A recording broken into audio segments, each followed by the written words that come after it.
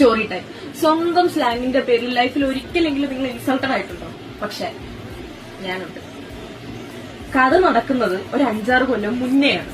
അപ്പൊ ഞാൻ +2 ഒക്കെ കഴിഞ്ഞിട്ട് ഇങ്ങനെ ഒരു വോയിസ് ആക്ടിങ് കോഴ്സിന് വേണ്ടിയിട്ട് പഠിക്കാൻ വേണ്ടിയിട്ട് പോയി. ആ സമയത്ത് അതുവരെ എനിക്ക് അങ്ങനത്തെ ഒരു അപകർഷതാബോധം ഇല്ലായിരുന്നു. എന്റെ സ്ലാങ് മോശമാണോ, അങ്ങനത്തെ ഒരു തോട്ടേ എന്റെ മനസ്സിലില്ല. അങ്ങനെ ഇരിക്കുമ്പോഴാണ് എന്റെ അമ്മ എനിക്ക് വോയിസ് ആക്ടിങ് സജസ്റ്റ് ചെയ്തത്.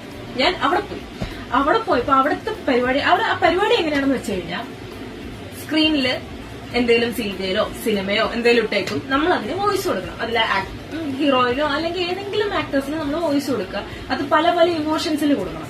ഇപ്പോ വിഷമത്തിലോ നാണത്തിലും സന്തോഷത്തിലും ഭയങ്കര ഹാപ്പി ആയിട്ട് അങ്ങനെ നമ്മള് ആ ക്യാരക്ടേഴ്സിന്റെ ഏതൊക്കെ ഇമോഷൻസിലൂടെ ആ ക്യാരക്ടേഴ്സ് പോകുന്നോ ആ ഇമോഷൻസിനൊക്കെ നമ്മളിങ്ങനെ വോയിസ് കൊടുക്കണം. അയ്യോ, അന്ന് എന്റെ ആ സാറിങ്ങനെ വോയിസ് റെക്കോർഡ് ചെയ്യും, നമ്മളിങ്ങനെ സൗണ്ട് കൊടുക്കും.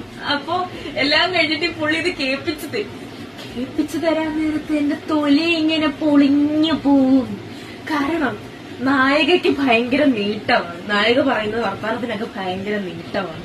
അതായത് എനിക്കത് പറയാൻ നാണോ, പക്ഷെ എന്നാലും ഭയങ്കര നീട്ടമാണ് ഈ നായിക പറയുന്ന സംസാരത്തിന്.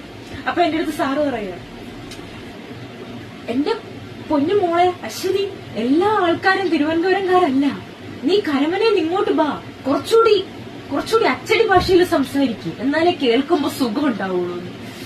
അന്ന് ആ 10-12 പേര്, എനിക്ക് തോന്നുന്നൊരു 10 പേര് കുറഞ്ഞത് കാണും, അത്രയും പേരുടെ മുന്നിൽ വെച്ച് പുള്ളി അങ്ങനെ പറഞ്ഞപ്പോ എന്റെ തൊലി ഇങ്ങനെ പൊളിഞ്ഞു പോയി. ഗൈസ്, നിങ്ങൾക്ക് ഇതുപോലത്തെ എന്തെങ്കിലും അനുഭവം ഉണ്ടായിട്ടുണ്ടെങ്കിൽ കമന്റ് ചെയ്യാം, നമുക്ക് നമ്മുടെ വിഷമമൊക്കെ ഇങ്ങനെ പങ്കുവെക്കാം.